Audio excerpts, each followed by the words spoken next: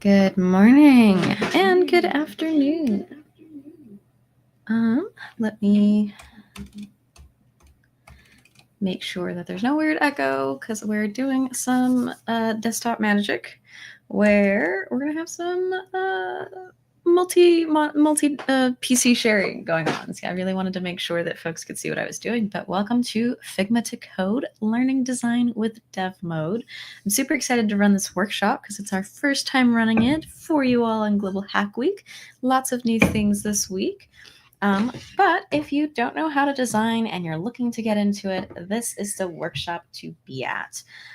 Our goal is to make sure that you can jump into it, use the tools that real developers are using, and also get to walk away with a better understanding of how design transforms into code and vice versa.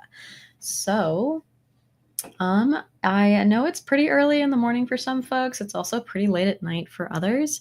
We've got a busy day today, so I'm going to go ahead and get started. But let's go ahead and clear that. Just a quick audio check, etc. People can hear me, see me, etc. I can see that people are excited. We love that. Yay. Okay, well, let's get into it. Well, to start us off, like I said, we are giving you access to Figma Dev Mode, giving you those shortcuts to make sure that you get into it, giving you some fundamentals on how to use Figma, depending on whether you're coming from a past design software or you've never used one before. And then we'll actually go through a very quick project to get you familiar with some of the things that you'll be using to build your own website, perhaps, and then actually translate that into HTML, CSS for seeing what it could look like on a real website in case you're looking to jump back and forth. If you're looking at getting into design or getting into HTML, CSS, this is a great way to get started. So what even is Figma? Well, their goal is to make design accessible to all. And so one of those things is Figma Design, which we'll be playing with today. It can be a multi-user canvas, which we'll get into more of the terminology later, but it's free, super popular, lots of chances to share designs with folks. And you can basically outline websites, mobile apps, wireframes, or other products that you might be designing.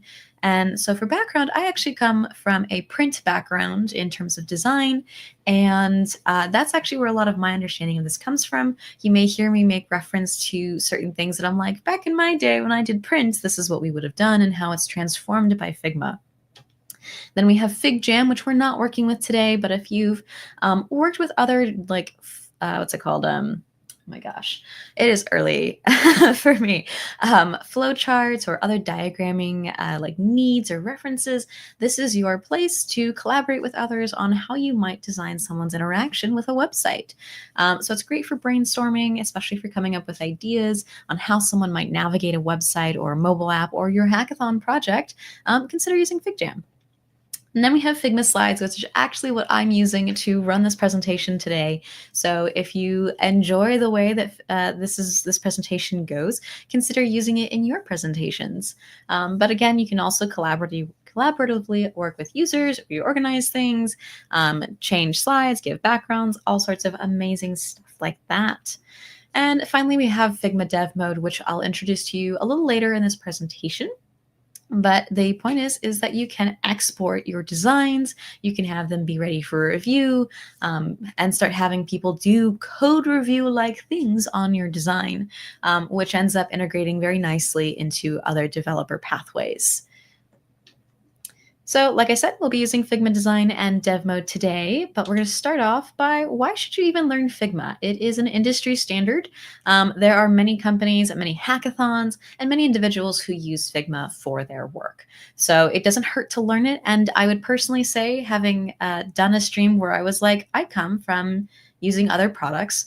Can I learn Figma in the course of a workshop while also doing development? And I could, and I did, because the skills were transferable. So the same is in reverse. I've played with some other tools and software out there. And I would say that as long as you know at least one design software, it's actually very easy for you to switch over.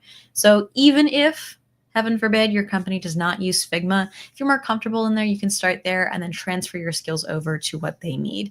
But I have to say there are a decent amount of companies and individuals using Figma to get started, just because of the versatility of their tools. So as for where you can get started, this is pretty much for everyone. Remember, they're making it more accessible. And so Figma has tons of preloaded design kits from doing iOS development to Material 3 design, and then the more simple design system. And so here's a quick preview where it's Apple's official design system. So you can actually generate content or design content that looks like it should be a mobile app for Apple products or an iPad app, which gives you that very realistic feel of like, oh, this is what my app will look like. Like, this is how I'll make it as seamless as all the other things that I've seen. Same with Material 3 design. You can develop Android apps. Personally, I'm loving the color purple on these things. But if you want to focus more on Android design and work with Google's material design principles, this is a great place to get started because it has everything you need without you having to go and manually set it up yourself.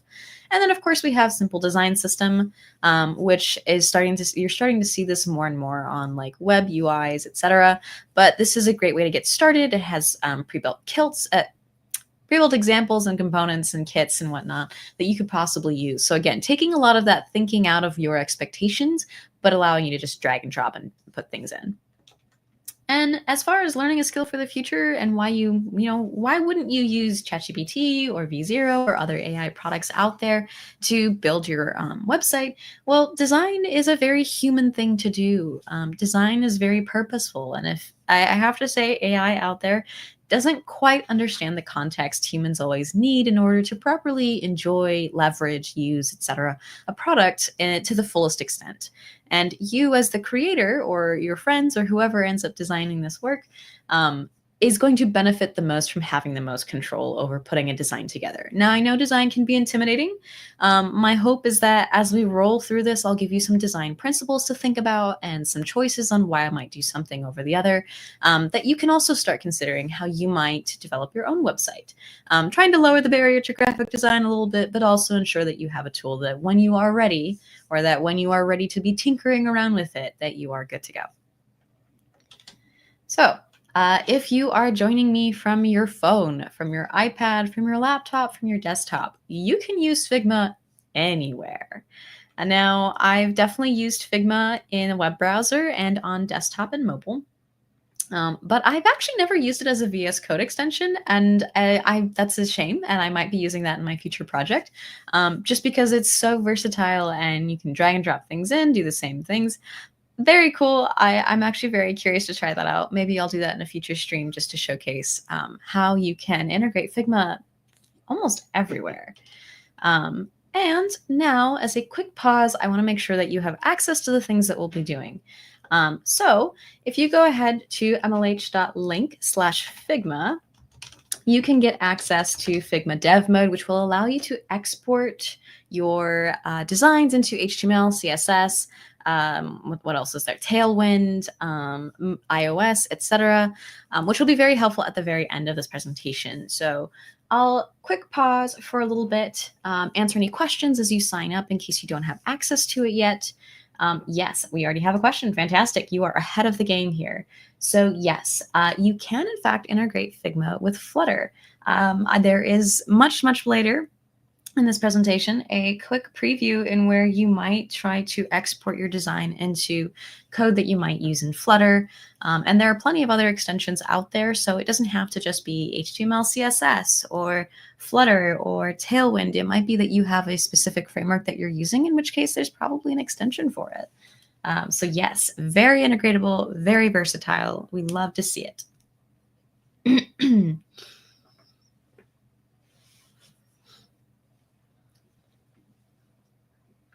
This is that awkward pause where I wait for folks to be like, let me sign in, let me go get access to it. You do have access to Figma for free, and so you can do most of their design work. It's just the exporting to code that that Dev Mode does offer that is really helpful. So if you're on the edge of whether you should or shouldn't sign up, I have to remind you, it is free.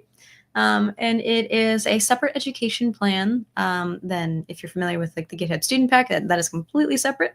But again, can you design to change code?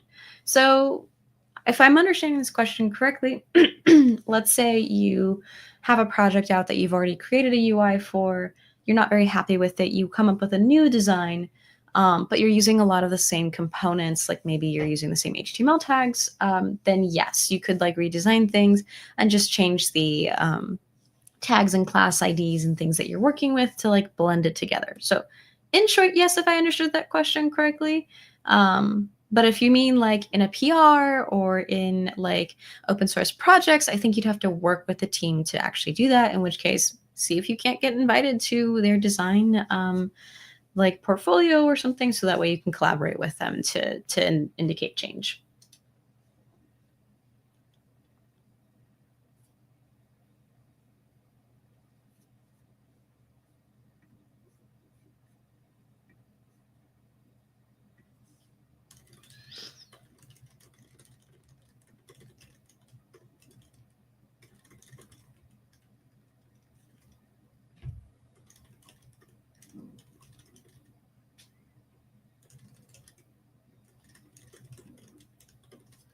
Waiting for any last signups. I'm gonna cut this a little short, but if there are questions, definitely feel free to ask. I'm more than happy to answer.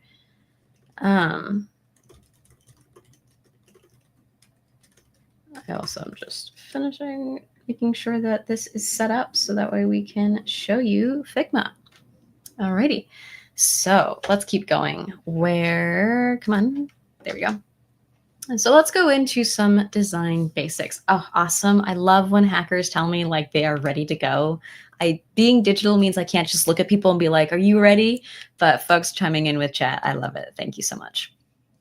Alrighty, so Figma design basics. This will go more so about how you'll interact with Figma, where Figma, when you first open it up and you have this installed and ready to go, whether you're on the browser, on your desktop, on Visual Studio Code, possibly, not quite sure how the extension works, you will have a couple distinct regions. And so on the very far left, you'll have a sidebar, and then you'll also have a sidebar on the far right. So I'll use my mouse to hover. So we have our sidebars here.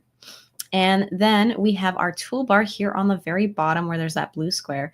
And then everything behind all these three boxes here is going to be our canvas. Now, without anything populating, it just looks like a bunch of, shadowed boxes and squares or rectangles and whatnot. But there is a reason, because sometimes it can be quite overwhelming to look at it all. So we'll start from the very back, where the canvas is going to be your working area. So you could think of this as where you're going to plant all your designs, make frames, and we'll talk more about that, for your web pages, your mobile apps, the screens in which that you'll be working in. So the canvas is your drag, drop, move things around, and basically formalize things into your design. There's different ways to move around, whether you're using your mouse and trackpad, if you are obviously on an iPad or other things, or however you're integrating with it, you can interact with your fingers and whatnot. And so again, you can zoom in and out. And these are fairly customary if you are like into video games or you work with other platforms like, let's say, Google Docs or something. There's ways to scroll in and scroll out to use zoom. And so again, depending on your preference and how you interact with things, these are fairly consistent controls. So zooming is standard. We love that. And then, like I said, the bottom was your toolbar. So we are going to be using the move or the V shortcut tool, the frame or the F shortcut tool, the shape, which is the R shortcut tool. If you need a reminder on some of these things, F for frame, move, it being V, there's a V in move. And then for shape, using R, consider rectangle, as that's the most common thing you'll probably be drawing with it. And then you have the text, which is T shortcut, which you'll be typing in things. And so there are obviously other commands that you can use, such as the pen tool, the comment tool, actions tool, and later on dev mode, which, like I said, we'll get into. I'm actually not going to be using shortcuts for most of this workshop because you can't see me use the shortcuts, but they will be available. I will read them out. So that way, if you would like to get familiar with the shortcuts, you can. If not, there are other ways to find these same operations. And so to show you again, the move tool is this blue square up here on the top. Then you have the frame that looks like a tic-tac-toe board, the shape tool, which has this square, again, rectangle, square, they're fairly synonymous. And then we have the text tool, which looks like that font T that we always see when we're working with typography. And then we have the sidebars. So the far left sidebar if you're familiar with GitHub or you're familiar with other things, let's see what else. Who has a left side sidebar that does like file management, layer management, pages management, etc. Any type of ways of interacting with the various components in your project. That's going to be your left sidebar. And so when I said layers, it quite literally means layers, where things are stacked on top of each other. And layers becomes important in design, where you might be working with a layer of, say, a background color or an image, or you might work with a group of objects that are on a single layer that you'd like them to move together, and so on. And then pages are more like tabs, in this case, documents, where you might be wanting to have a page per, let's say, group of interactions that someone might have. And so the way that this works when you are designing things is you might make a storyboard of how someone interacts with a website, where if they're in the home page, you might have a very, very long scroll, or you might have, well, each frame or window into what someone's doing is their screen dimensions. And so you'll have a snapshot for every like set amount of scroll. And then when they move to the about page, that might be like another page where they interact with about, in case that's exceptionally long as well, and so on. There are many different ways to do design. The beauty of design is that once you learn the rules, you then learn how to break them on purpose in a way that makes for aesthetic design. And then we have the right sidebar, which gives you more control over what you're doing. More specifically, it allows you to edit the attributes of anything you've selected. That can even include the canvas, by the way, which I'll show you very briefly later. You can change color, change text styles, change spacing, change the way that the box is shaped, from corners to rounded corners, to have it have a border, all sorts of things.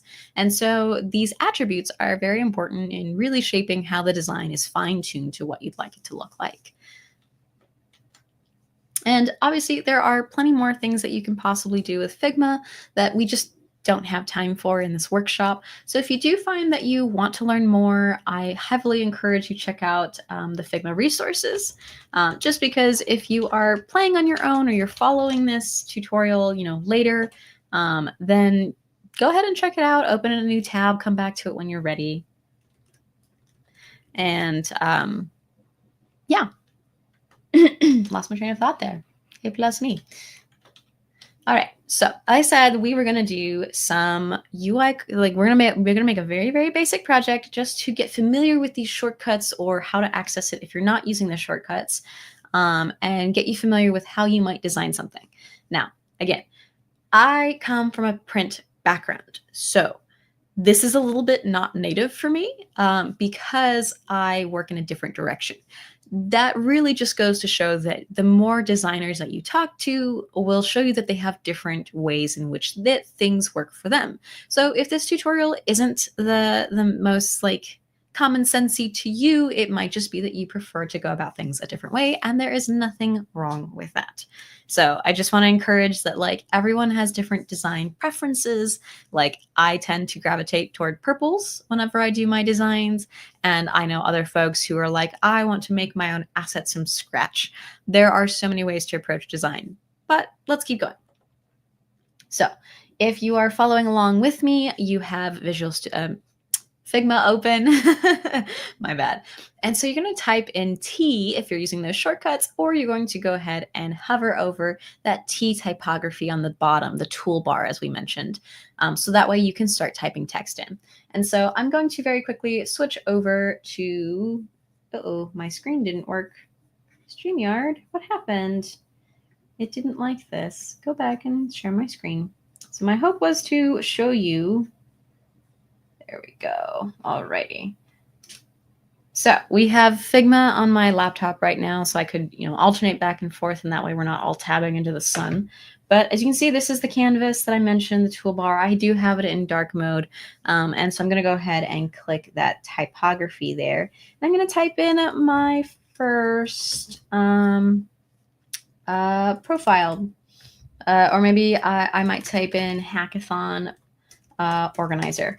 And so there's different ways to do these UI cards. And so if you're not familiar with a UI card is, you might have seen it at a hackathon website where it showcases all the organizers and their name and what they did as part of their title. You might also see UI cards as a way to show you previews of a product. So you could see UI cards for like Figma Dev Mode and FigJam and slides and so on. And so they might preview, a quick picture and some other things. And so cards are really helpful in showing you a quick summary of information, but having many cards in the process. And so the most common thing I've seen is actually seeing it in your hackathon portfolio or your just general portfolio to showcase projects as a very quick overview of what you've done. Now, what I am going to do is I'm going to the far right, and you can see that there's a typography. Let's see if, okay, so I've zoomed in so you can see a little better, but you probably can't see this window on the far right. I wish I could zoom in a little more, but in this typography window, I can change the font. I can change the weight, and we're going to go ahead and change it to bold and put it to 24 points. And that will be all for the text. And then we're going to go ahead and switch back really fast, and we're going to keep going in our presentation, where our next step, and I'll skip ahead a few steps because it will actually show us a bit. First, we're going to create that rectangle shape that we're eventually going to put an image in. Then we're going to add a description below the text box, and then we'll place an image in that rectangle. Now, again, I come from print. If that was a little confusing, one way to think about things is some people tend to put their text on the page, and then they'll resize, and then they'll add an image next, which is why we skipped ahead a few steps. And so I'm going to actually do that in my quick demo here, where I'm going to finish my text bit, then I'll add the rectangle so that way I can add a quick image.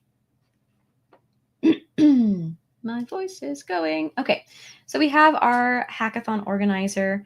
I actually didn't properly change it because I didn't highlight the text. Happens, it really does. And so there's different ways you can do it where you can select all the text or you can just select the box. And so I worked out that I could show you a couple different ways to do it. And then we're also going to make another text box. I'm going to drag and drop instead of just clicking this time. And so you'll see that it's bold again. So I want to change it to regular and back to, let's say, 16 point. And then I'm going to go ahead and say, this is a description about the hackathon organizer. And now you'll also find that sometimes when people are making design, they don't know what text will go in there. And so you can go to a lorem ipsum generator, lorem, 2 L's, lorem ipsum, and that is generated bogus Latin as a way to fill in things. And so we use it often as placeholders, as space fillers. And if you happen to run into a website that still has it, that means they never replace the text, which is really awkward. It tends to get ported over from your design. So quick tip, when we are done and moving into dev mode, if you happen to leave your lorem ipsum, just make sure that you replace that before you export, or you replace that in the HTML side of things when you're doing your development. All right, so I finished my description, and I'm not super happy about these boxes being misaligned, but the point was just to get the content in first. I'm going to zoom back out, and I'm going to go ahead and go to rectangle, or R, if you wanted to type it in. And I'm going to draw this rectangle out, and you can see that right now it is filled with a color. And so I'll go to the fill box here, and I will click on this color box with the intent of changing it to an image. And so now you can see that there's this pixelated background of like boxes. And that usually means that it will be transparent or that it's expecting something to be replaced. And so as you can see, I can just go ahead and upload from my computer an image of my choice. It will auto size, it'll be great. I can make changes to the image itself. Lots of ways to finagle things. Let me go ahead and go find a picture really quick so we can go ahead and, let's see. Do I even have pictures on this laptop? Apparently not. That's funny. You know what? I have a solo cup picture of folks, and you can see the picture that I'm sharing right now is kind of cut off. So if we just change the size of it, wow, like things are kind of fixed now. All right, we love to see that. And so let's make sure. So something I skipped over is I mentioned like, hey, these boxes, like they don't quite line up. I'm not super happy with the fact that they don't line up. And so what I will then do is I'm going to go ahead and select all these. And let's see if I can, I believe it's a right click or a double click, depending on if you're using a Mac or Windows. And you can actually say add auto layout. Now the shortcut for this is Shift A. And so we are actually skipping ahead to the next step. My bad. I was getting to this. Hang on. Let's go show you that slide really quick so that way you're on the same page as me. So there's a way to create a frame or to group some images together. And this is something I skipped. My bad. But if you wanted to unify things, I would personally use a frame to like start off by creating my boundaries. Again, I come from print, so I come from constraints and not from the world is my oyster. I have this entire canvas to work with. I'm very frequently used to like working on 8.5 by 11 or 3 by 5 or A5 or other types of paper sizes. And so for me, a frame is actually my constraint or my bounding box because I'm terrified of the rest of the world. And so depending on your preference, it might be that you make a frame first to hold all your items and you'll resize it as you go, or you make your stuff and then you make the frame and place things in it. And so the frame is going to be Option Command G if you're on a Mac, or Control Alt G. And so if you want to instead create a frame around things, you might select the frame on the toolbox to put it on top of everything.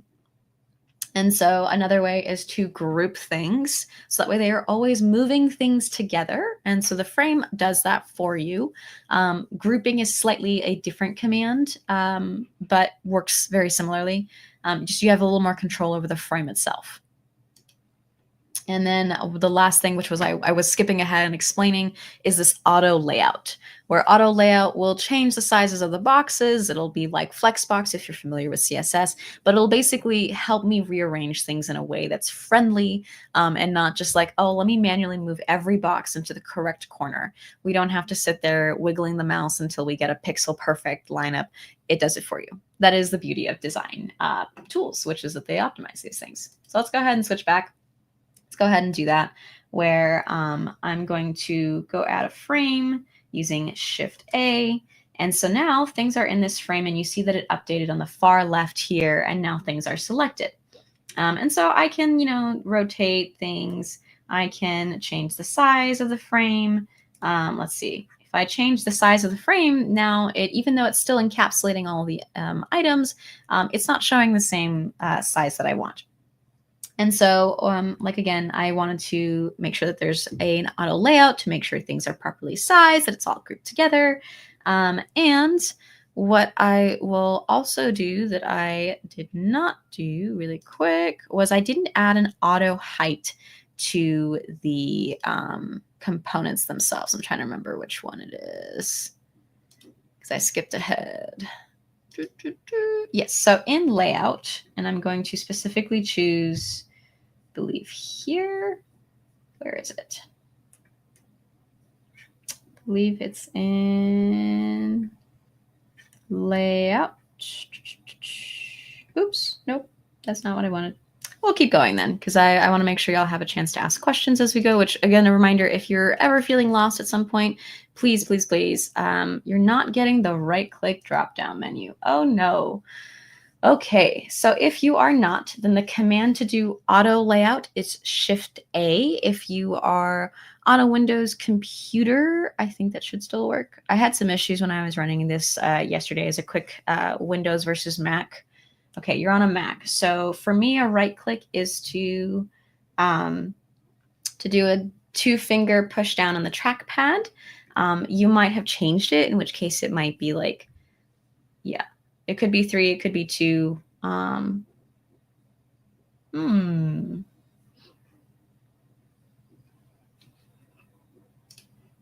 Yeah, you got it. Awesome. We love to see it. This is why I'm doing both. Some people need commands, some people need mouse. Some people like to manually learn all these things before they learn the shortcuts. My mom was the same way when she started design, actually. She's like, what do you mean? Oh, yes. Okay. So how I got the image on the rectangle shape. So specifically, do you mean that I chose the image and it put itself in place of the rectangle, or the frame that is around everything? So I'll go through both just in case. And so I'll actually undo a bunch and go back. Ooh. Actually, I don't need to. JK. So if you click on so there's a fill section on the far right. And if you click on this image on the left block here, there are options of how things you can push or things you can click, where this is a solid fill. This is a gradient fill. This is an image, which is what I uploaded. So I did have to click upload image in order for it to, and then I had to go find an image. And then once I clicked that, it placed it in.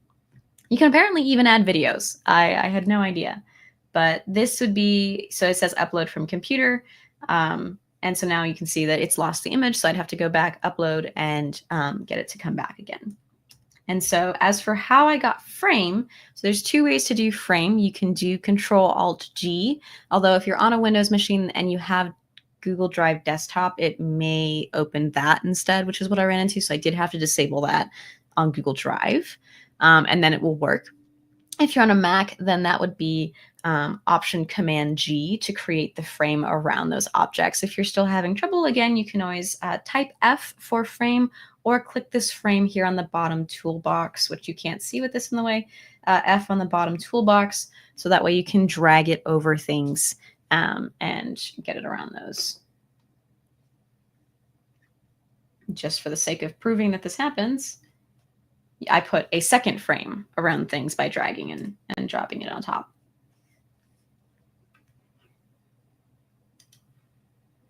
Perfect. People are getting it. We love it. Okay.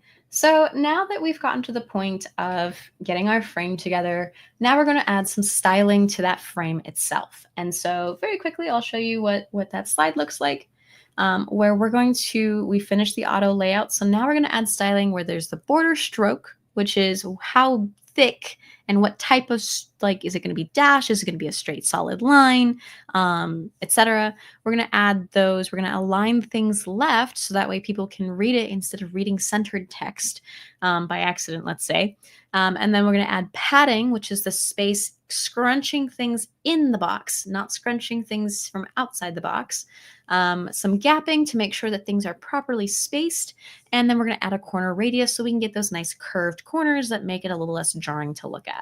And so something to consider, this is a design thing that I use in print, is that the humans in the Western Hemisphere, at least, or like Western design, is that folks will read things left to right. Now, obviously, this changes depending on your language and what the majority of the direction of which people read, depending on what it is that they're reading, etc. And so designing for the folks that are looking at things is important because you have to say, well, hey, the first thing people are seeing is an image. Is this eye-catching, eye-grabbing, making sure that people see it, but do they understand what the image means? Then we have our title, which is my first hackathon win or whatever it is that you're using on yours. And so you want to make sure that your title stands out, which is why we bolded it and made it bigger than the description text. If someone's reading this super duper fast, they're like, picture, something about MLH. Oh, title, my first hackathon win. I know what MLH is. Oh, it's about someone winning an MLH hackathon. And then they might skip the description for whatever reason.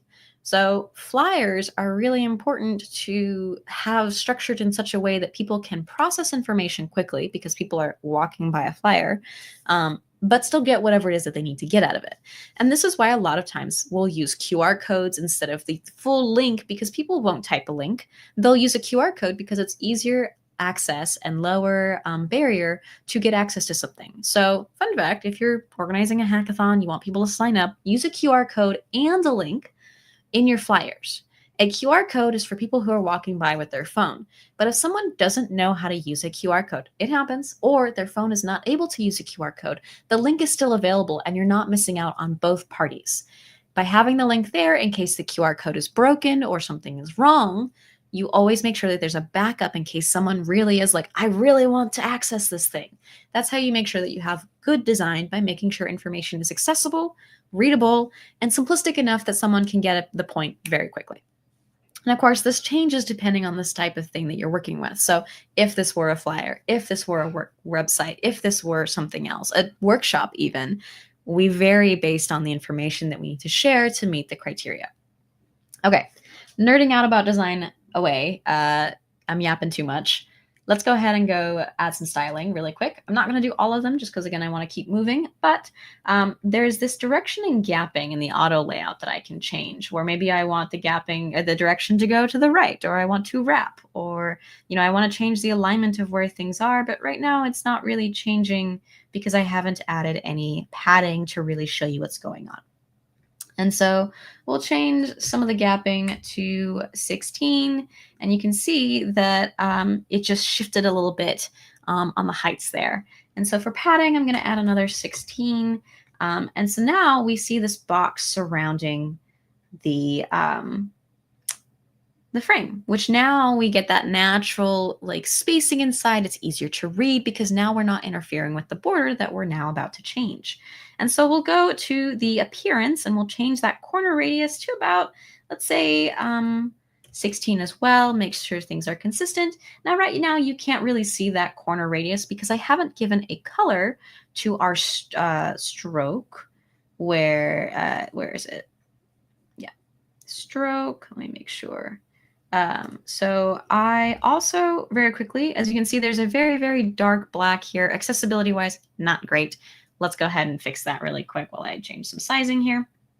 I want to actually change this canvas background because I'm like, oh, well, if I want everything to be in dark mode, I need to make sure that I can see things. So I'm actually going to really quickly change this to more of like a brown so I can see enough of what's going on. This might not be high enough contrast for you. And so if so, please let me know. But I'm going to go and change this border actually to white because I want to be able to see this border. And so I'm dragging it around. But there's different ways to interact with it. Like you could have the hex code, the RGB, the CSS, the hue, saturation, or lightness, and so on. And so depending on where you're coming from in design, you might use different color profiles. And so so we have our white rounded border, very nice. And then we have our white text, our picture. And again, things are looking like a card now. We love to see that. So what if we have multiple cards, which is normally how they're going to appear? I believe if you want to upload a GIF instead of a still image, you're going to have to probably use that video option on the fill. And so if I were to go here and instead of choosing image, I might choose video, and that might help you out a little bit more. Remember to drink water, folks. Oh no. Okay.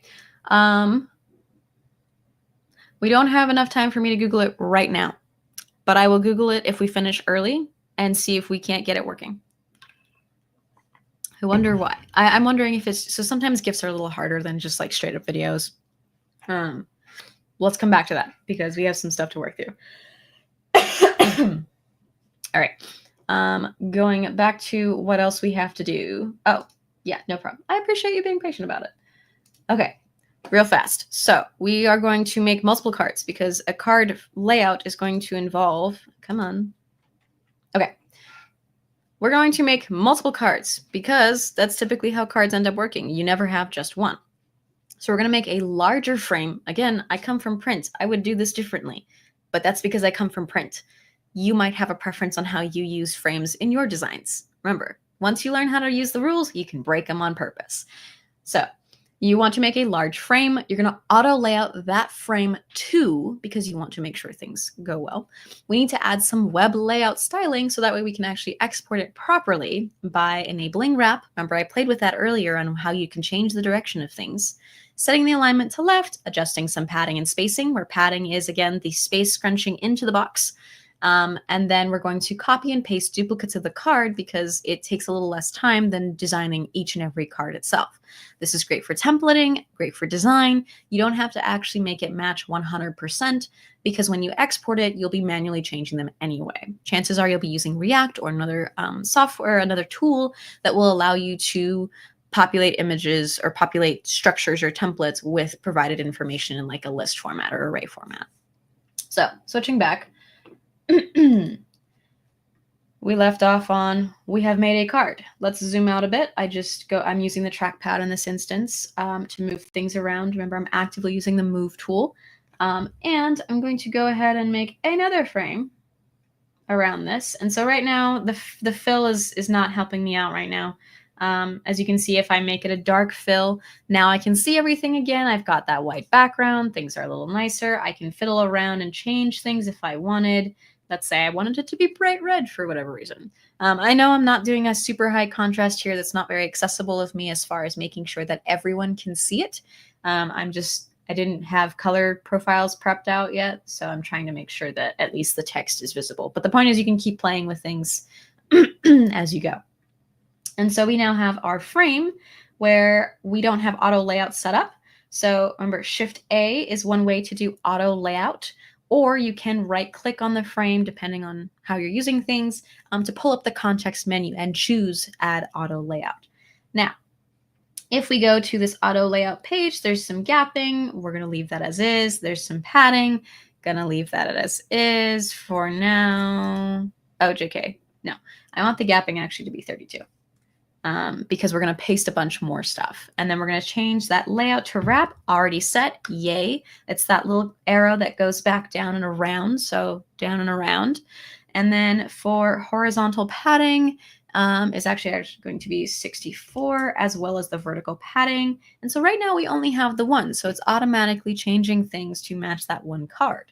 But if I go to frame 1 and it has all these things selected, Command C or Control C or right click and copy, and we're going to just hit paste and keep hitting paste. And look at that. We have, all these cards that are now appearing. And again, I've just zoomed out using my 2 fingers to zoom out. You can do Command minus, I'm pretty sure. This is using Command minus and plus. If you're on a Windows, Control minus plus, etc. And so let's say, oh, well, I actually wanted this to wrap, which, well, I did. I can just change, oops, daisy. Hang on. Come on. I said to wrap. Ah, it didn't switch. Okay. Now it should switch. So therefore, now it should, there we go. Now I can get this to wrap and move around depending on how I resize this frame, which is what's going on. I didn't give it enough height. My bad. And so now we have our cards that we've pasted over and over again. We have our template. We can fiddle with the colors and change things, etc. But we have finished our basic UI card project. So continuing on, now we have dev mode. We have 15 minutes left. I guarantee we can do this in less than 15 and we can try and solve that GIF problem. I want to solve that. So what even is dev mode? Coming back to that very beginning of the presentation, I'm not super sure if you happen to remember because I have very short-term memory. I don't remember. But let's go back to our stage, our project where we want to work with dev mode. We have our template. We're ready to go. We want to ready the frame for development. And so to do that, you'll click on the bottom right dev mode icon, this little code symbol. It's a little toggle, and you'll just switch it on. And so presuming you've, whoopsie daisy, that's not what I wanted.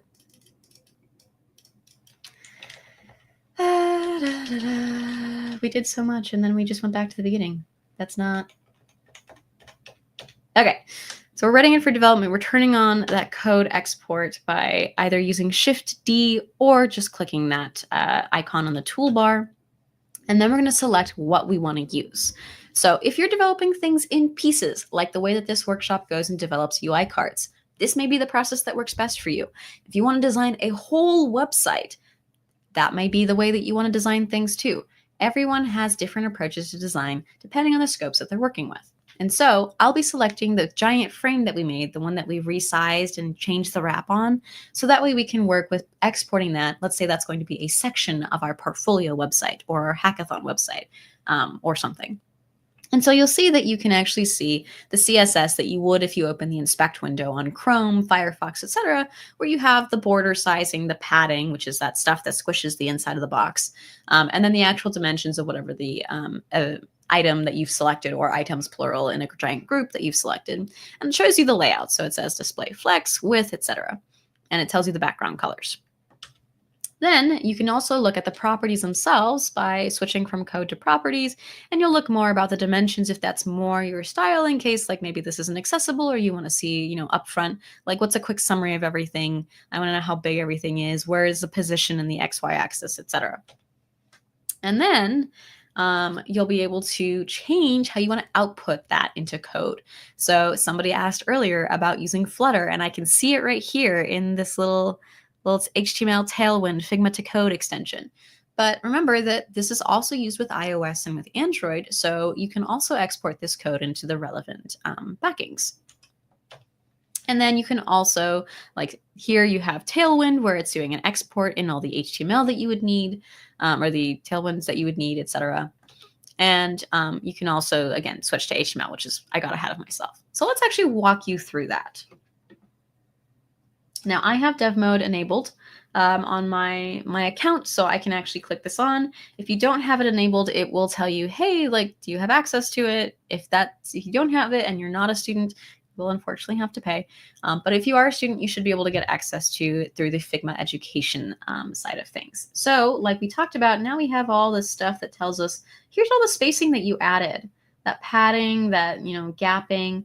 And we also see it here in our layout window and the border box that you see in the inspect window. Very nice when you're like trying to compare things like what went wrong, maybe a case an export didn't work for some reason. So as I said, you can switch to properties. You can look at a quick summary of things. And then if I wanted to say, look at iOS, I could change things to Swift UI or UIKit or Compose or XML. In my case, I'm going to switch to HTML just because I want to showcase a very quick way of getting this ready for an HTML index page kind of thing. And so I'm going to go ahead and hit copy to clipboard. And so I have Visual Studio Code. Let me go pull it up really fast. File, new window. Let's go. I need to just make a new file, index.html. I'm going to save that in my repositories. Create file. Okay, so let me change the share screen so that way you can see what I'm working with. If I can go find StreamYard. Where did you go, StreamYard? I do not recall what tab you were on, and I have way too many tabs. There it is. All right, let us remove this, and then, whoops-a-daisy. Let's put this back up in the meantime. Let's present screen, and I want the Visual Studio Code that I had. Oh, it would help if I put this in the correct window. There we go. Share. And all right, remind me later. Okay, so I currently have an index.html that I made a file of, and I am going to do a quick little shortcut that I found out a couple days ago while I was preparing for job interviews, where if you type in an exclamation point, you get an Emmet abbreviation, which will give you a working index.html outline. We love that. And so all I'm going to do is paste all the stuff that I just copied from Figma, hit save. And so what I'm also going to do is open folder. This is repositories. Yes, open. Okay. Yes, I trust that it's just me. Stop it. Okay. So I also have an extension called Live Server, which allows me to open a like mini server instance that reloads what I'm working with. So every time I save the index.html or the CSS, I'm pretty sure it will reload the page for me because it's detected a change, which is very nice when you're actively developing, because back in my day, I had to sit there and refresh and clear cookies and like just on the index.html in the file path itself. Not pretty. So we're going to go ahead and do that. That is a Chrome extension. What's it called? Oh my goodness, my poor brain. It is a Visual Studio Code extension. Thank you, Jesus. And then we're going to go ahead and go swap up that StreamYard sharing. If I can find it again. Yes, change screen. Okay, so bearing with me that unfortunately it's not perfect, and that's because it's missing the image that I uploaded. So the way that I would fix this is that I would add the image back into like my images folder, fix the linking that's going on here, because this HTML CSS export does not export the assets themselves. You'll have to go and like download, organize them, do all the setup for it, but it has most of the formatting that we need. So notably with the Figma setup and whatnot is that this sizing stuff that it's done is not dynamic. It's generally going to be static. So if you want to have responsive design or responsive queries, you're going to need to add in that yourself. So if you've set things to a specific size, you know, pixel by pixel or like something like that, then you'll be fine. The moment you switch to EMs and percentages, which I don't believe Figma will do for you, that's when you get into responsive queries or like media responsive queries where it's like, for a tablet, do this, for a website, do this, for a mobile, do this. And so most people will do mobile first development because that's chances are the way that people will mostly interact with their web page, and then they'll size it up from there. So your design might have in Figma 3 different pages or even like frames that you're working with, where you'll have your mobile development, which will have all the assets and however you'd like it to look. Then you'll have your tablet size, and then you'll have your desktop size, which will be the normal monitor size, which is what you can kind of see going wrong here. Which honestly though, still looks better than what I did if I would have been like, manually choose the color. I'm going to use this hex code. I'm going to make the border this, and then I need to go Google what this is. And then, yeah. So Figma does optimize that for you. If you're looking to go from a design to code and go, what does this look like? Like, what is the gap in between? And eventually you'll be able to start doing it yourself where you'll actually know like, oh, that's this, that's that, that's this, or like paste most of it in, fix the things that you need and keep rolling. So there's very different ways to optimize your approach. Now, I did see this question of, is it possible to convert Figma to code? Or if it's possible to convert Figma to code, can the reverse be done? That is a great question that I do not know the answer to. I would assume no, personally, just because I have not tried to edit the code that it gives me that I copy paste.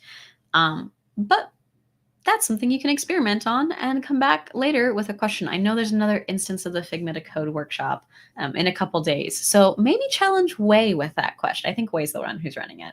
Challenge Way with that question, because I do remember I promised about that GIF or GIF. Where was it? This one. How do I upload a GIF instead of a still image? Okay, I'm going to go Google that really quick. Upload GIF. Let's see. You can apply animated GIFs to layers as fill. Have you tried dragging and dropping the GIFs? Okay, let me also share this. So, this is what I'm looking at. I just Googled it really quick.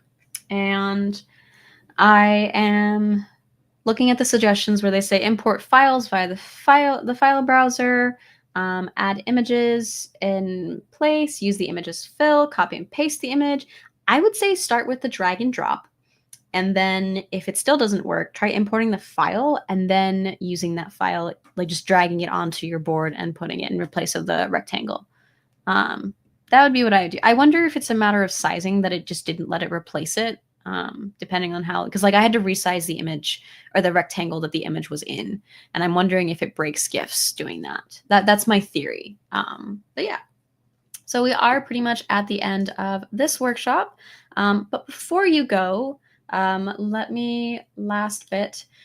These were the steps that I followed to output it to an HTML file. The only difference is that I added in that quick preview to say, hey, if you're using Visual Studio Code, use an exclamation point.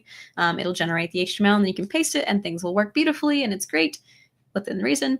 And then before you go, I have one last thing for you. We are doing feedback for the workshops. So we do want you to go ahead and fill out this QR code survey, or let me paste the link as well.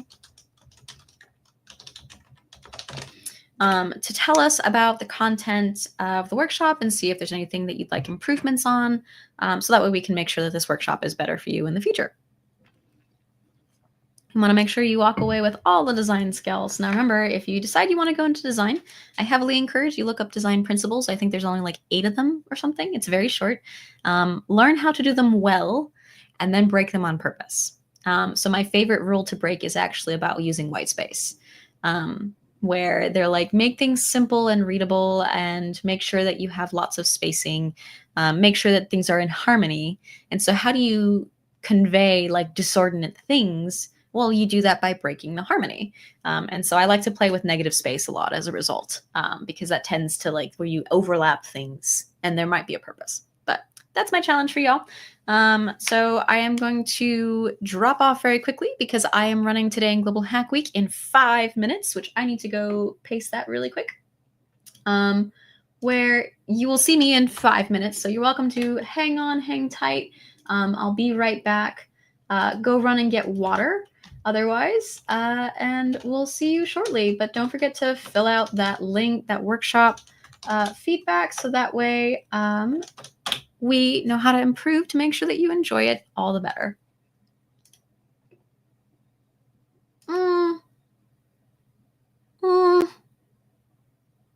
That is a loaded question.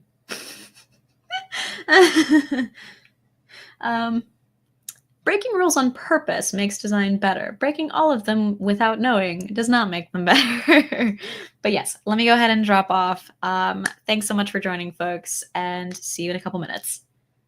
If you have further questions, I mean, we can use today in Global Hack Week for that too. But honestly, you can also ask Wei. Wei is also doing this presentation. I think it'd be a great question for him. All right, see you soon.